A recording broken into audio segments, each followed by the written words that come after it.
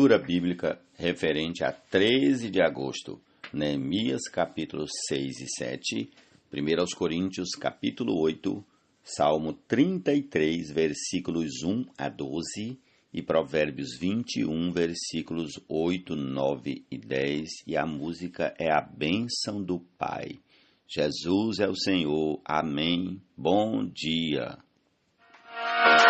Da parte de Deus nosso Pai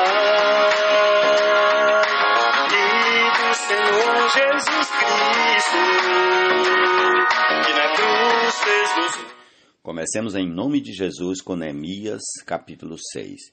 Quando Sambalate, Tobias, Gesem e o árabe, repetindo, quando Sambalate, Tobias, Gesem o árabe e o resto dos nossos inimigos ouviram que eu tinha reconstruído a muralha e que nela já não havia brecha nenhuma, ainda que até este tempo eu ainda não tivesse colocado os portões no seu lugar.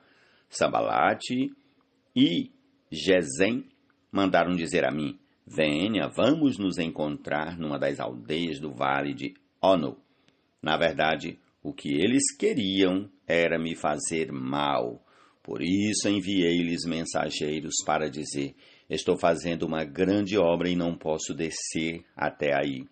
Por que devo parar a obra para ir me encontrar com vocês? 4 vezes eles fizeram o mesmo pedido, mas eu lhes dei sempre a mesma resposta. Então Sambalate me enviou pela 5ª vez o seu servo, que trazia na mão uma carta aberta.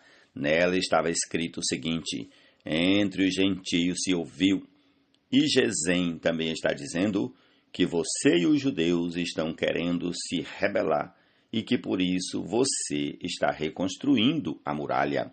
Também, segundo se diz, você quer ser o rei deles e pôs alguns profetas para falarem a respeito de você em Jerusalém, dizendo, ele é o rei de Judá. Ora, isso certamente vai chegar aos ouvidos do rei.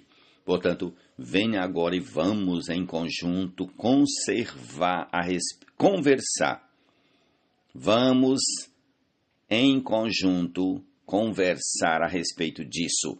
Mandei dizer-lhe, nada disso que você está dizendo aconteceu. Você está inventando tudo. O que todos eles queriam era nos amedrontar. Eles diziam, as mãos deles largarão a obra e ela não será concluída. Agora, pois, ó Deus, fortalece as minhas mãos. Quando fui à casa de Semaías, filho de Delaías, filho de Meetbel, que estava impedido de sair de casa, ele me disse, vamos nos encontrar na casa de Deus dentro do templo. Vamos fechar as portas do templo, porque virão matar você. De noite eles virão matar você. Porém, eu disse, você acha que um homem como eu fugiria? Alguém como eu entraria no templo para salvar a vida? De maneira nenhuma entrarei. Então percebi que não era Deus quem o tinha enviado, mas que ele falou tal profecia contra mim porque Tobias e Sambalate o haviam subornado. Para isso o subornaram, para me amedrontar e para que, fazendo isso, eu viesse a pecar, para que pudessem atacar a minha reputação e me afrontar. Lembra-te, meu Deus, de Tobias e de Sambalate, segundo as coisas que fizeram, e também da profetisa Noadia e dos outros profetas que quiseram me amedrontar. A reconstrução da muralha foi terminada aos 25 dias do mês de Elul, em 52 dias. Quando todos os nossos inimigos ouviram isso, todos os gentios à nossa volta temeram e decaíram muito no seu próprio conceito, porque reconheceram que foi por intervenção do nosso Deus que fizemos esta obra. Também naqueles dias, alguns nobres de Judá escreveram muitas cartas a Tobias, e cartas de Tobias vinham para eles, pois muitos em Judá eram aliados dele, porque era genro de Secanias, filho de Ará, e o seu filho Joanã havia casado com a filha de Mesulão, filho de Berequias. Também falavam das suas boas ações na minha presença e levavam a ele as minhas palavras. Tobias escrevia cartas para me amedrontar. Ó Senhor Jesus! Tua vontade, para louvor da glória de sua graça, e ele nos concedeu gratuitamente no amado. Vamos ao capítulo 7 de Neemias. Depois de reconstruir a muralha e colocados os portões no seu lugar, estabelecidos os porteiros, os cantores e os levitas, eu nomeei Anani, meu irmão, e Ananias, comandante da fortaleza, para que cuidassem da segurança de Jerusalém. Ananias era homem fiel e temente a Deus, mais do que muitos outros. E eu lhes disse: os portões de Jerusalém não devem ser abertos antes que o sol faça sentir o seu calor, e os portões devem ser fechados e trancados enquanto os guardas ainda estão ali. Escolham guardas entre os moradores de Jerusalém, alguns para que fiquem nos postos de guarda e outros para que fiquem em frente das suas próprias casas. A cidade era espaçosa e grande, mas havia pouca gente nela, e as casas ainda não haviam sido reconstruídas. Então o meu Deus me pôs no coração que ajuntasse os nobres, os magistrados e o povo para registrar as genealogias. Achei o livro da genealogia dos que foram os primeiros a voltar do cativeiro, e nele estava escrito: estes são os filhos da província que voltaram do cativeiro, do meio dos exilados que Nabucodonosor, rei da Babilônia, tinha levado para lá. Eles voltaram para Jerusalém e para Judá, cada um para a sua cidade, e vieram com Zorobabel, Jesuas, Neemias, Azarias, Jesua, repetindo o versículo 7, e vieram com Zorobabel, Jesua, Neemias, Azarias, Raamias, Naamani, Mordecai, Bilzan, Misperete, Bigvai, Neum e Baana. Eis o número dos homens do povo de Israel. Os filhos de Parós, 2.172. Os filhos de Cefatias, 372. Os filhos de Ará, 652. Os filhos de Paate-Moabe, dos filhos de Jesua e de Joabe, 2.818. Os filhos de Elão, 1.254. Os filhos de Zatu, 845. Os filhos de Zacai, 760. Os filhos de Binui, 648. Os filhos de Bebai, 628. Os filhos de Asgade, 2.322.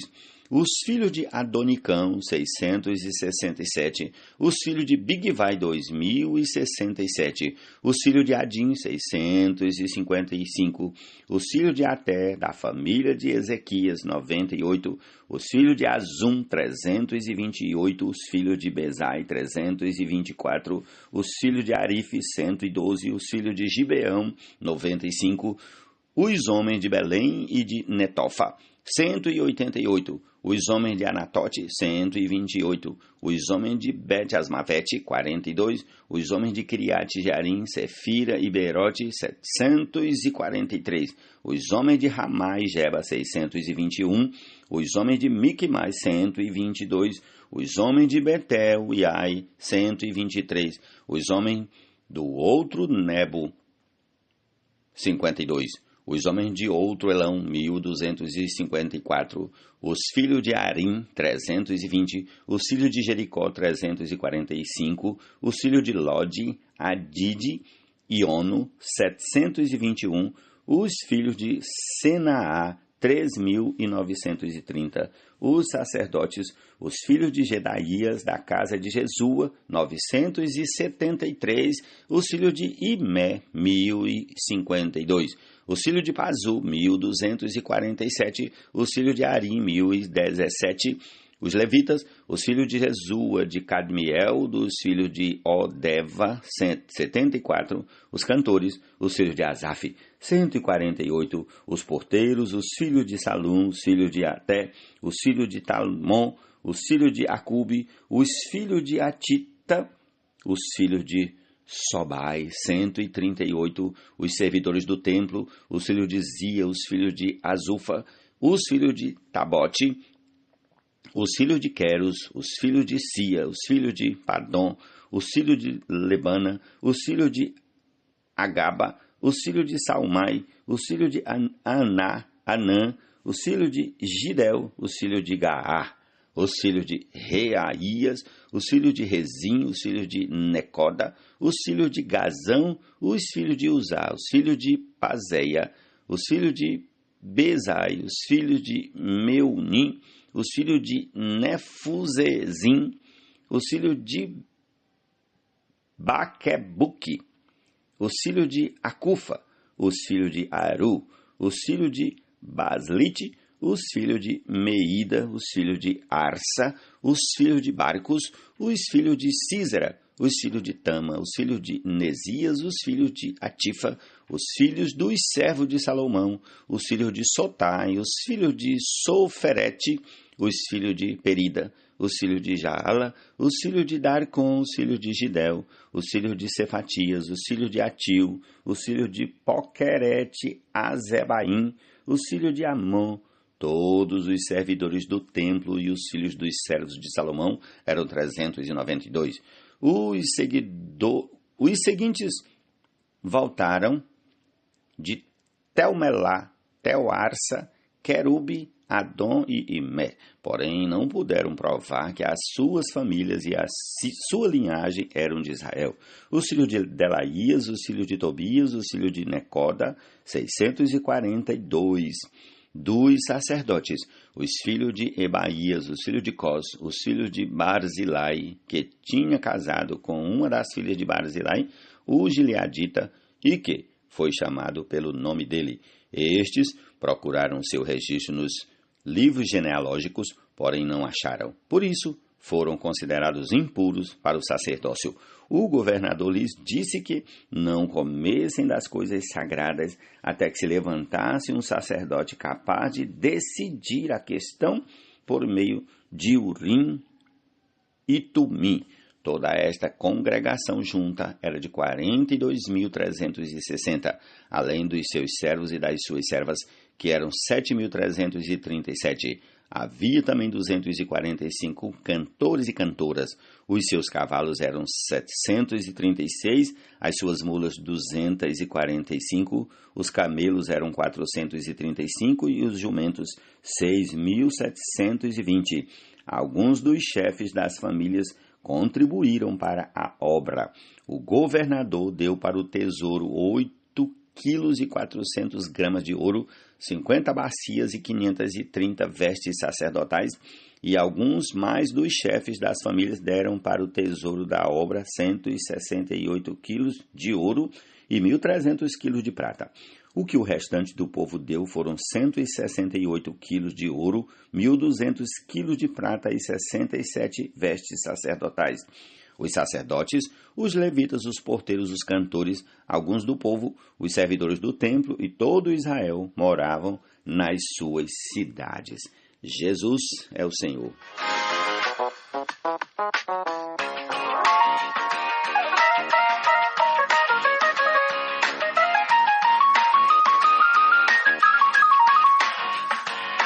Assim como em Cristo nos escolheu, antes da fundação do mundo, para sermos santos, irrepreensíveis perante Ele em amor. Vamos aqui ao Salmo 33, a partir do versículo 1 até o 12. Exultem no Senhor, ó justos, aos que são retos fica bem louvá-lo. Louvem o Senhor com harpa, louvem-no com cânticos na lira de 10 cordas. Cantem-lhe um cântico novo, toquem com arte e com júbilo, porque a palavra do Senhor é reta e todo o seu proceder é fiel. Ele ama a justiça e o direito, a terra está cheia da bondade do Senhor, os céus por sua palavra se fizeram e, pelo sopro de sua boca, o exército deles. Ele ajunta em montão as águas do mar e em reservatório encerra os abismos. Que toda a terra tema o Senhor, que tremam todos os habitantes do mundo, pois ele falou e tudo se fez.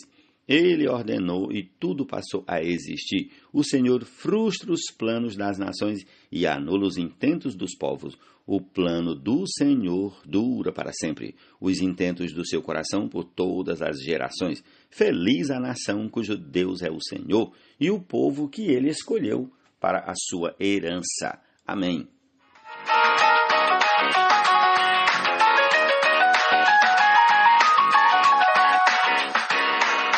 Todos os irmãos, o corpo de Cristo, e nas cidades estão sendo edificados, como única espécie de habitação do Deus vivo.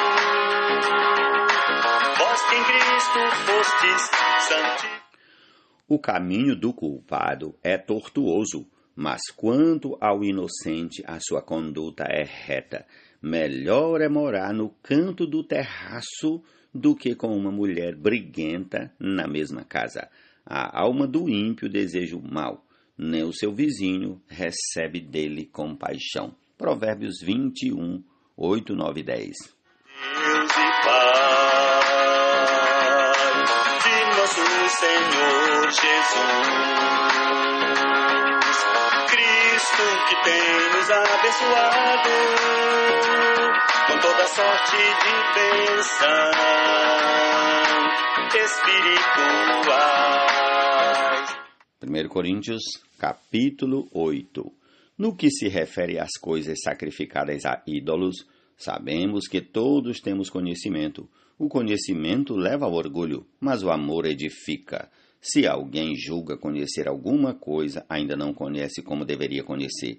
Mas se alguém ama a Deus, esse é conhecido por ele. Quanto a comer alimentos sacrificados a ídolos, sabemos que o ídolo por si mesmo nada é no mundo e que não há senão um só Deus. Porque ainda que existam alguns que são chamados de deuses, quer no céu ou sobre a terra, como há muitos deuses e muitos senhores. Para nós, porém, há um só Deus, o Pai, de quem são todas as coisas e para quem existimos, e um só Senhor, Jesus Cristo, por meio de quem todas as coisas existem e por meio de quem também nós existimos. Entretanto, nem todos têm esse conhecimento. Alguns, acostumados até agora com o ídolo, ainda comem desses alimentos como se fossem sacrificados a ídolos. E a consciência destes, por ser fraca, vem a contaminar-se. Não é a comida que nos torna agradáveis a Deus, pois nada perderemos se não comermos, e nada ganharemos se comermos. Mas tenham cuidado para que essa liberdade de vocês não venha de algum modo a ser tropeço para os fracos. Porque se alguém enxergar você, que tem conhecimento, sentado à mesa no templo de um ídolo, será que a consciência do que é fraco não vai ser induzida a participar de comidas sacrificadas a ídolos? E, assim, por causa do conhecimento que você tem, perde-se o irmão fraco pelo qual Cristo morreu. E desse modo, pecando contra os irmãos, ferindo a consciência fraca que eles têm, é contra Cristo que vocês estão pecando. E por isso, se a comida serve de escândalo ao irmão fraco, nunca mais comerei carne, para que não venha a escandalizá-lo. Amém? Essa é a nossa porção desse dia da palavra. E vamos concluir ouvindo aí a canção que já toca, enquanto estamos lendo, que é a bênção do Pai. Jesus é o Senhor. Os irmãos entendam, tenho colocado músicas autorais nos últimos dias, por conta de estar com o desejo de também colocar essas mensagens, essas leituras, essas gravações no YouTube, certo? E aí não posso colocar outras músicas por conta dos direitos autorais. Louvado seja o Senhor. Amém. A bênção do Pai é a canção.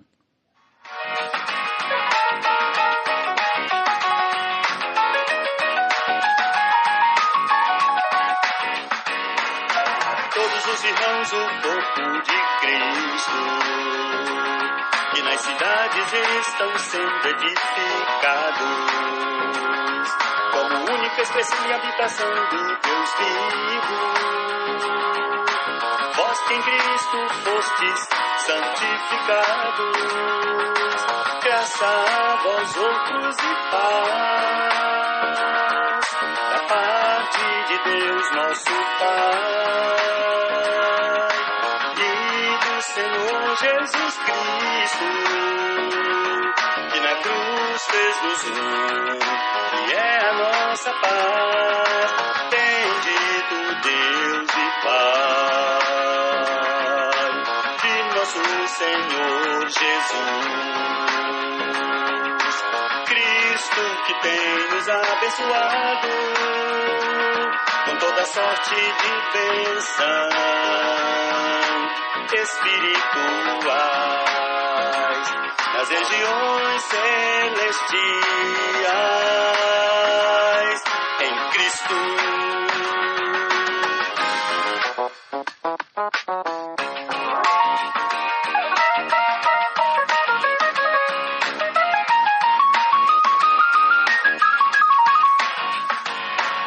Assim como em Cristo nos escolheu antes da fundação do mundo, para sermos santos e irrepreensíveis perante Ele em amor, nos predestinou para Ele, para a filiação, por meio de Jesus Cristo, segundo o bom prazer de sua vontade, para louvor da glória de sua graça, que Ele nos concedeu gratuitamente no amado. Esta é a bênção do Pai, escolha e predestinação. Esta é a bênção